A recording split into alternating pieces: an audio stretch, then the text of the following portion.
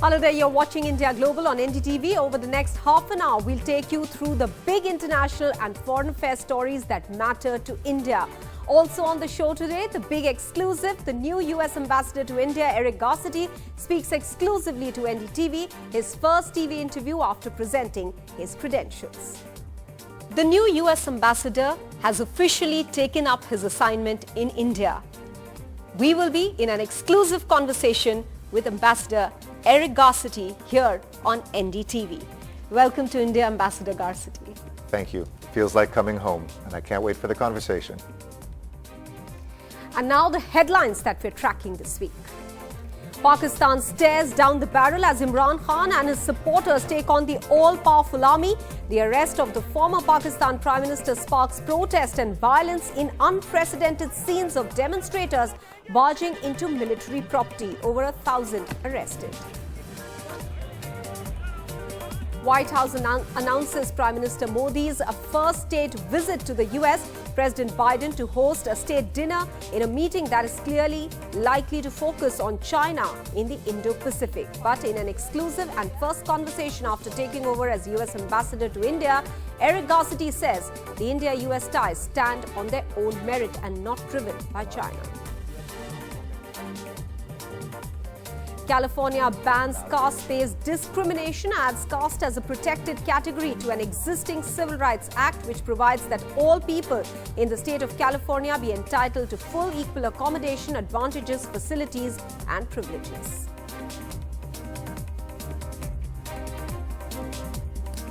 While Pakistan has been in the throes of a political turmoil this week, yet again. But this time, the situation is unprecedented, going by even Pakistan's chaotic political track record. Here's why.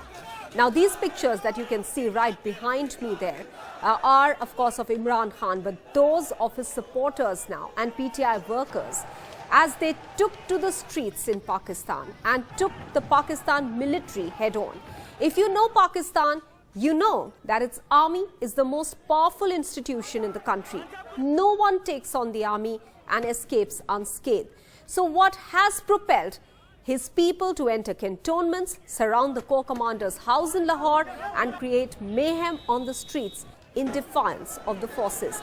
Imran Khan is taking on the army chief despite his arrest in the most dramatic manner on the 9th. He's now saying that there is only one man, the current army chief, who's responsible for this entire mess. And that happens. There's just one man. It seems ultimately, though, it's you versus the security agencies, and perhaps on your side is a bit of the judiciary as well. No. It's not the security agency. It's one man, the army chief. There's no democracy in that in the army. The army is getting maligned by what is happening right now, and sadly, the events that happened when I was inside, I only found out afterwards. Because army is getting maligned because of one man, and one man is scared. Well, a rare victory, even if temporary, for a civilian leader against the all-powerful Pakistan army. Imran Khan's bail in one corruption case, with the judiciary standing in between Imran Khan and the army. But Pakistan's history has been riddled with military's overpowering presence in politics, and it has often ended badly for those who have taken on the might of the military.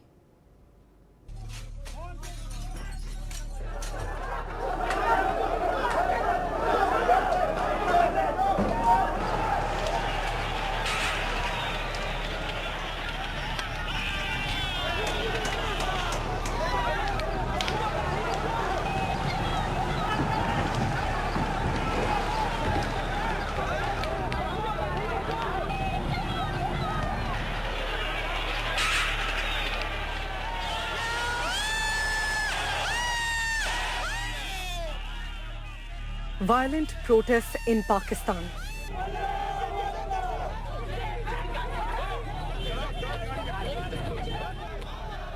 Unprecedented scenes of Imran Khan's supporters taking on the army.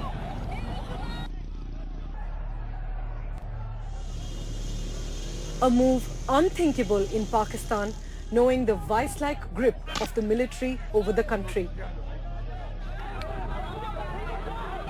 Pakistan's history clearly reveals that the Pakistan Army calls the shots in the country. It has often overturned the civilian government, mostly in violent coups. Taking on the armed forces has proved fatal for many.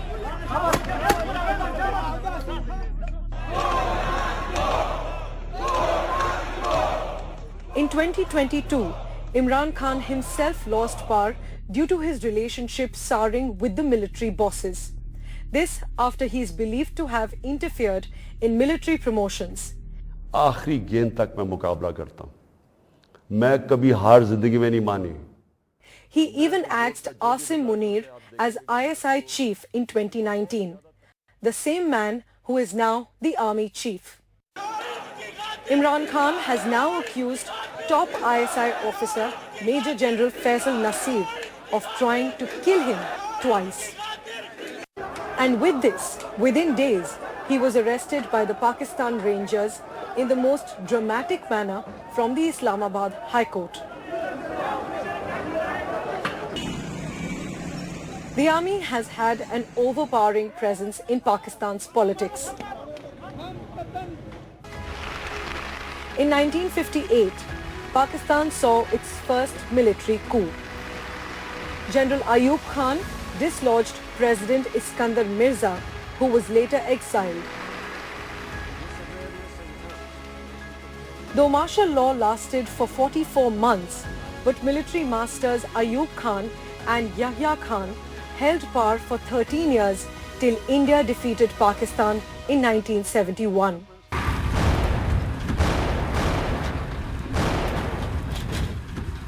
That we've been through one of the bloodiest of armed conflicts in the history of the Indo-Pakistan subcontinent. Impose any decision. The next president, who later became the Prime Minister, Zulfikar Ali Bhutto, was deposed by General Zia-ul-Haq in 1977. Bhutto was put under house arrest and subsequently hanged to death. Pakistan को एक अजीम और बुलंद ममलिकत बना के छोड़ेंगे. In 1988, the then Prime Minister Mohammad Khan Junejo's relations with General Zia soured. He was removed from office and General Zia later died in a plane crash that year.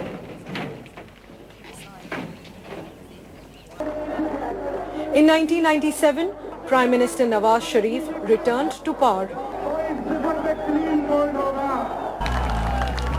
But 3 years later, Army Chief Pervez Musharraf conducted a military coup in October 1999. Musharraf stayed in power for almost a decade.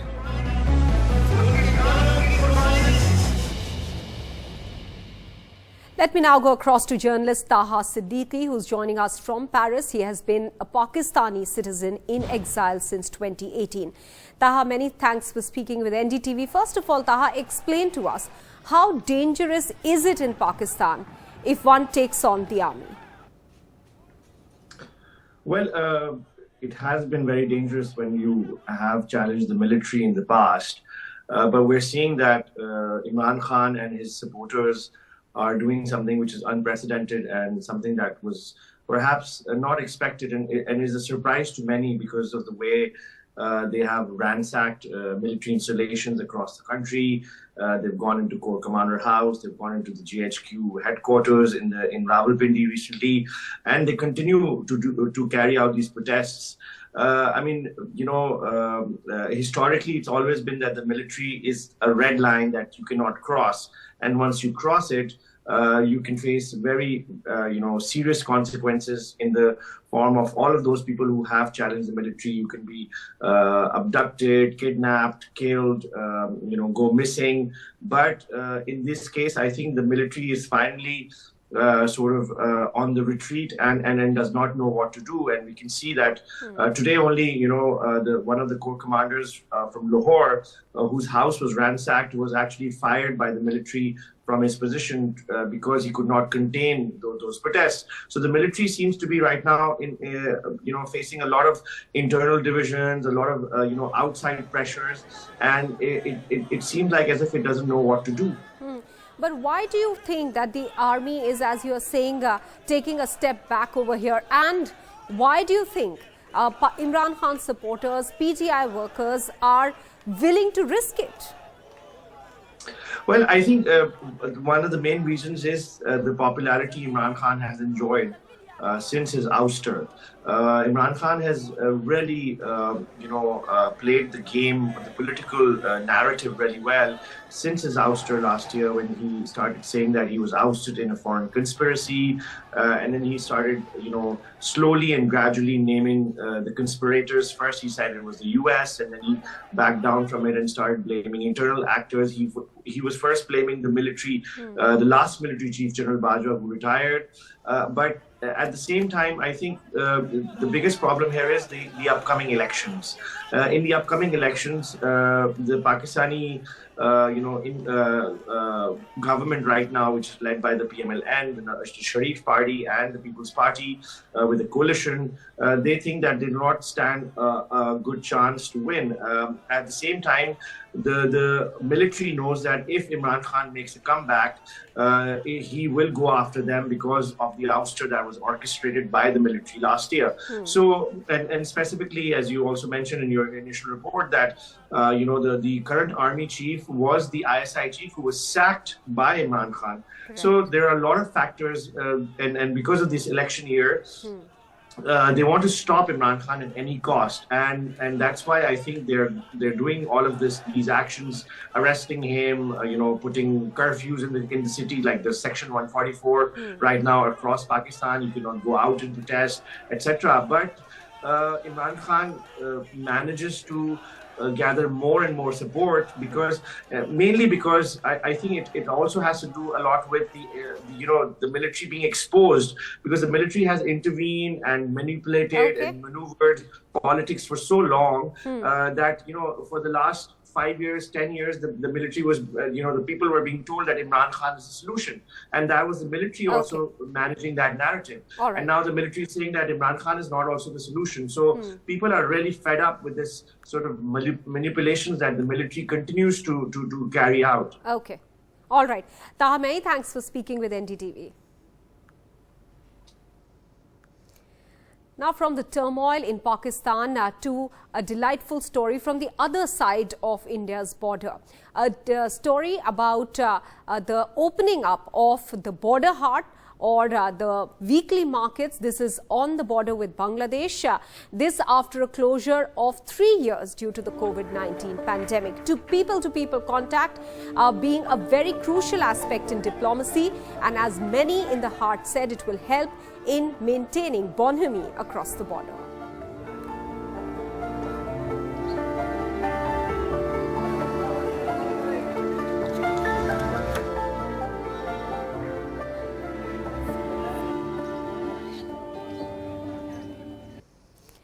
Let's now turn our attention to another story that we're tracking this week. Prime Minister Narendra Modi will go to the U.S. on a state visit on the 22nd of June following an invitation from President Joe Biden and First Lady Jill Biden. The government said in a statement this was released on Wednesday, the same time as the White House announcement. The U.S. President and the First Lady will also host Prime Minister Modi to a state dinner. Prime Minister Modi's state visit is a sign of deepening U.S. India relationship as the Biden administration advances policies and initiatives for a free and open Indo-Pacific to counter what is seen as a growing threat posed by China.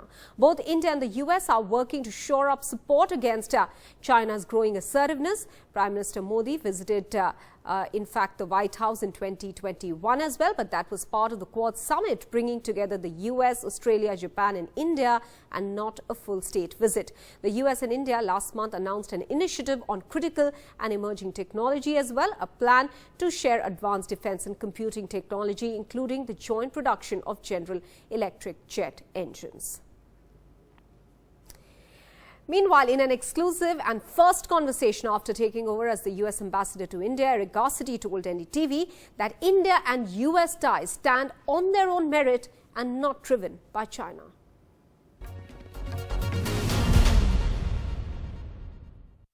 I have with me the new US ambassador to India, Eric Garcetti. Many thanks for speaking with NDTV. You're finally here in India. It feels great. All right, I'm sure it will, and you'll be immediately starting off work. Yes. Prime Minister Narendra Modi is going to the US for a state visit in a couple of months. Yeah. What are the top 3 priority areas that the two sides are looking at in their relationship? Well, first of all, I'm so excited to be back in India. It feels like I've come home to a place that I've spent time throughout my life. And a lot has changed in India, but one thing that hasn't changed is the warmth of this country, the values that undergird who you are here in India. And I think that the visit of the Prime Minister will reflect the growth. The one thing that has changed since I came here first when I was 14 years old is India and the United States have never been closer. And it's not just the material things that we're doing together. It's not just the growing economic and political military ties. It's really the warmth of the people, from our leaders all the way down to everyday citizens. My priorities are first and foremost peace, to promote greater peace within and our countries and across the world, whether it's threats from climate, whether it's our mutual strategic interests, to do whatever I can to strengthen India's position and America's position to promote peace in the world. Second is prosperity for our people and for the world. India's economic rise is breathtaking, and I think America's economic ambitions are equally big. We want to see a world in which supply chains are diversified, which women are empowered, jobs get down, so that the poorest people in our countries have an avenue to be able to reach the middle class and to have greater prosperity. And then people to people. I think that Indians know and love America and Americans very well. Americans, quite frankly, don't know India as well. And so part of my goal is to bring more of India to America, not just Indians to America, and to encourage more Americans to invest here, visit here, study here, and really to have those people-to-people ties that will long last this moment and create a new generation of American-Indian friendship. Since you refer to the economic ties and they are important for the two countries, U.S. is India's largest trading partner. Yes. A CII report has recently said that Indian companies are generating jobs in America. Yes. Then why do the two sides hesitate in going a step further and having a trade deal to iron out bottlenecks and have negotiated positions? We're so excited by how deep economic ties have become. I was just in Washington, D.C., leading the delegation that came from India. The #1 country that came to the big Select USA conference we had was from India. Over 240 different businesses were there, doing things like, as you said, investing in steel in America to take old plants and modernize them, to create wind turbines so that we can confront climate change and have more American jobs. I think you're exactly right. The time is ripe to continue to go further. And IPEF, the Indo-Pacific Economic Forum, is a great first step. It's flexible. It isn't just one agreement, but it is more of a mechanism to say whether it's supply chains, whether it's new technologies, whether it's workforce training, we can have this now be a platform for greater prosperity on both sides. So we're very excited to have India so engaged, to have our Commerce Secretary, Gina Raimondo, have a very successful visit here. And I think that that momentum will really take us to a new economic level. And hopefully both sides can take some of the old scripts and toss them in the trash can as we write a new chapter together. Are there any specific sectors where you see good potential for growth? Absolutely. First and foremost in technology, whether that's space, whether it's defense technology, whether it's telecoms. You know, I think one thing that India and the U.S. share is that we want values to be the foundation of economic progress. So we don't want, in contrast to other countries where things like technology can be used against people, we want it to empower people. I mean, look at the Mitaiwala now who takes on the street some sort of digital payment. That's leapfrogged the United States and teaches us a good lesson. While at the same time, America can share lessons that we've had on women's empowerment, on educating a workforce. We really, I think, see this moment as not just a moment to take the top up, but to really raise up the bottom as well in both of our countries. So I'm curious to know whether this relationship between India and the United States is based purely on the merit between the two countries, or are the two countries being driven closer because of China? I would say it's a third reason. I think we really like each other. I think we're natural friends. There's something natural about the U.S.-India relationship. It's not transactional. It's relational. Secondly, then we realized not only do we have an affinity for each other, but we do have mutual interests. And it's never going to be defined by any outside party. We might have China or others where we have the same worries. For you, it's the borders. We share those concerns for you. But we both share the concern of any one country in the world manufacturing all of the solar cells or controlling all of the critical minerals. We have a mutual interest in making sure that that's shared across all of our borders. But I really do think it stands on its own merits, on its own affinity, and on its own warmth. And to me, that gives me a lot of confidence that this isn't about a strategic moment. This is about two countries and two peoples that want to spend the next century together. But in a period of geopolitical flux with the ongoing war in Ukraine, do you see India's task cut out as far as its G20 presidency is concerned and getting a consensus going for the September summit? I've been very impressed with India's G20 leadership, and I think it comes from the way that India really is a bridge between the past and the future, between east-west, north-south. And we stand with India on those aspirations to make sure that G20 isn't just about this moral moment in Ukraine. And we won't stop speaking out very strongly about an unprovoked invasion, a war from Russia. I think Indians understand how important borders and sovereignty are. At the same time, we know that there are relationships that have been there for many decades, and we hope to continue to work on that aspect, but not at the expense of doing the other 80% of the work that's before us. We need to make sure that women are empowered throughout this world. We need to make sure that we have a diverse supply chain. We need to make sure we're ready for the next pandemic. We need to make sure that Africa and Latin America and other parts of the world have leadership that sometimes India can lead and we can back up and follow. So I'm very excited to be ambassador here on a year not only when Prime Minister Modi will come to the United States, but President Biden will be able to come here as well. That's historic. I don't know that's happened in any of our history together, that within 3 months, 2 months really, we'll have both leaders in each other's countries. So the West and the U.S. commit themselves to make India's presidency of G20 a success? Absolutely. We are committed to that. And not only have we demonstrated that on the content, we've had cabinet secretaries, other VIPs coming here for all of these ministerials, because we want to make sure that this is a success not just for India, but a success for the world. One bilateral issue now, and this is with regards to the visas. They have been a bit of a problem over the last couple of years. Things seem to be getting better, but do you believe that by this summer, which we've already hit, leading up to fall, things will smoothen out completely? Absolutely. And the President said, Eric, go fix this. It's not just a 10th or 11th priority. It's a number one priority for me. I think visas touch more Indians more directly than anything else that America does. And look, it's a good problem to have. More and more Indians want to come to the United States to study, as tourists, for some of our investments together. And we're committed to solving this problem. Already, wait times are down 60% since the beginning of the year. In January, February, and March, we processed a record number of visas. And this last year, the largest source of student visas came from India, from any country in the world, to the United States. So hold on in the next few weeks, and I think when our leaders get together, you'll see a series of announcements. But even before that, we're prepared for the student visa season right now, and I think people will continue to see shorter and shorter wait times and better results, because we want more Indians to continue to come to America. So you've spoken about how climate is very important to you, and you've done a lot of work as the LA mayor as well in the past. Are there any learnings that you'd like to share with India? Absolutely. I mean, I grew up in Los Angeles, where we had the worst air quality anywhere in the United States. And it took everyday people, business, and government coming together, not only to clean up our air, but then later to reduce our emissions. And I'm blown away. I actually saw Prime Minister Modi, the one time I've met him was at Glasgow at the UN climate conference. I was representing the cities of the world, including Indian cities, where 1,000 of us made the commitment to zero out our emissions by 2050, the equivalent of the 4th largest country in the world zeroing out its emissions.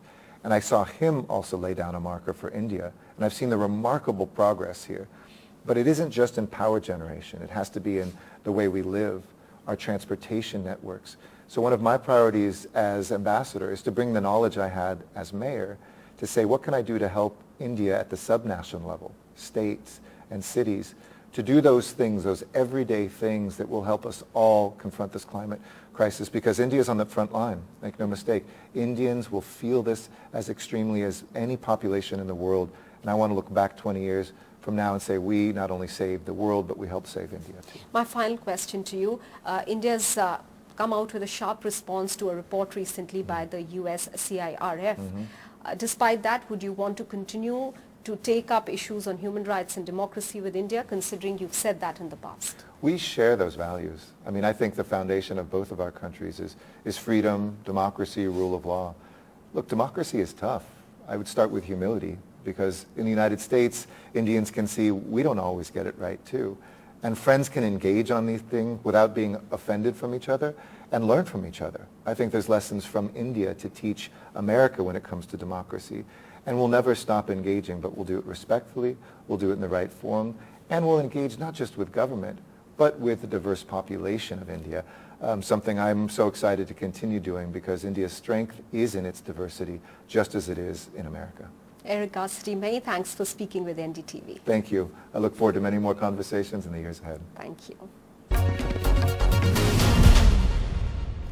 Meanwhile, in a historic move, the California State Senate passed a legislation that would ban caste-based discrimination in the state, passed by a 34-1 vote. It makes California the first U.S. state to add caste as a protected category in its anti-discrimination law. Seattle was the first city to pass the anti-caste discrimination law, and now it's the state of California. Thanks for joining us today. See you again next week. Bye-bye.